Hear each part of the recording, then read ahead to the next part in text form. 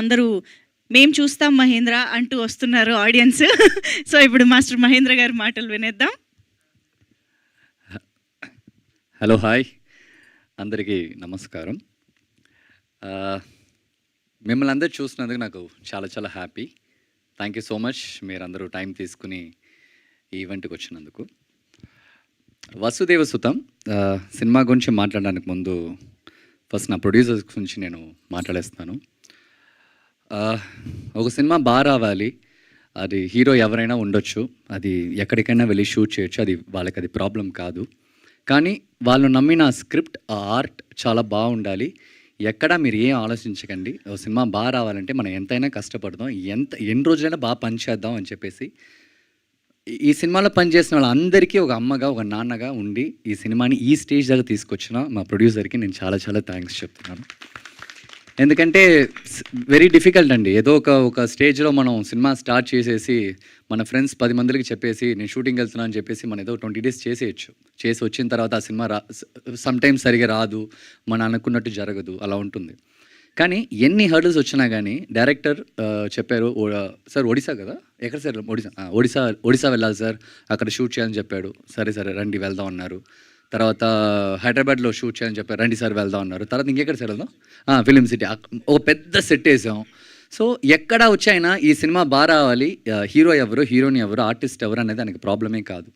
ఒక కంటెంట్ మనం తీస్తున్నాం, ఒక కృష్ణుడి మీద తీస్తున్నాం, ఆడియన్స్కి నచ్చాలి అన్న ఒకే థాట్ ప్రాసెస్తో ఈ సినిమా చేశారు. నిజంగా చెప్తున్నాను, ఒక్కరోజు కూడా మాకు ఎక్కడ ఏ ప్రాబ్లం లేదు. అంత మంచి ప్రొడ్యూసర్. అందుకే నేను అడ్వాన్స్ అడగలేదు, అగ్రిమెంట్ అడగలేదు. బికాస్ కొంతమంది చూస్తే చాలు, వాళ్ళ కళ్ళు చూస్తే తెలుస్తుంది, ఓకే వీళ్ళు బాగా సినిమా చేస్తారన్నది. సో ఆ నమ్మకంతోనే వచ్చాను. నిజంగా ఆ నమ్మకం కాపాడినందుకు చాలా చాలా thanks sir. Thank you so much for that. And director గారు వచ్చేసి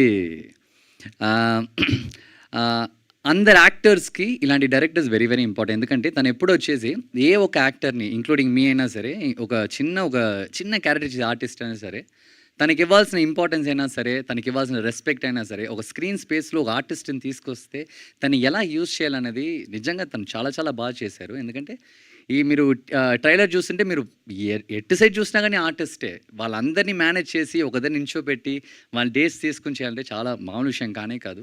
చాలా చాలా బాగా చేశారు. అండ్ ఇలాంటి స్క్రిప్ట్ సెలెక్ట్ చేయాలంటే దానికి చాలా గట్స్ కావాలి. ఎందుకంటే లైక్ చాలా విషయాలు చూపించాలి. ఎక్కడో మన చిన్న మిస్టేక్ చేస్తే క్వశ్చన్స్ చాలా రైజ్ అవుతాయి. ఎందుకంటే మామూలు ఏదో కమర్షియల్ స్క్రిప్ట్ ఇది కాదు. It's based on lord Krishna. So thank you sir. మీతో పనిచేసినందుకు నాకు చాలా చాలా హ్యాపీ సార్. అండ్ మీరు ఇలాగే చాలా మంచి మీతోనే మాట్లాడుతున్నాను నేను. ఎక్కడో చూస్తాను ఆయన మీకు వచ్చి పొగుడుతుంటే ఏంటి సార్ కింద ఎక్కడ, వాట్ ఈస్ దిస్? సో ఆయనకి ఏదో సంబంధమే లేని నించున్నాడు ఆయన. డౌన్ టు ఎర్త్ సార్, ఇటు లుక్ మొత్తం.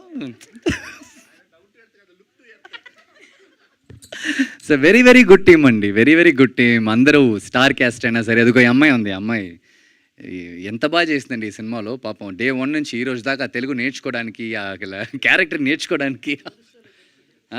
తను మీరేం మాట్లాడుతున్నారో వినదు, ఏం అర్థం కాదు. యా, సో హోల్ టీమ్ అండి, very very good team. And cameraman Jiju చేశారు, అండ్ మ్యూజిక్ డైరెక్టర్ మణిశర్మ గారు చేశారు. నాకు చాలా చిన్నప్పటి నుంచి ఆశ అండి. ఎప్పుడు మహేష్ బాబు గారు సాంగ్స్ అని చూస్తున్నప్పుడు అనుకునేవాడిని, ఇలాంటి సాంగ్లో మనం కూడా ఉంటే ఎంత బాగుంటుందని చెప్పేసి. నిజంగా అప్పుడు ఉంటుంది కదా, ఏ ఒక్క నార్మల్ బాయ్కైనా ఉంటుంది కదా భయంకరమైన సాంగ్ వస్తున్నప్పుడు. సో అలా చూసినప్పుడు really thank you sir, thank you so much. Manisharma గారైనా సరే, ద హోల్ టీమ్, పనిచేసిన వాళ్ళందరికీ చాలా చాలా thanks. And yeah, July 10th సినిమా వస్తుంది.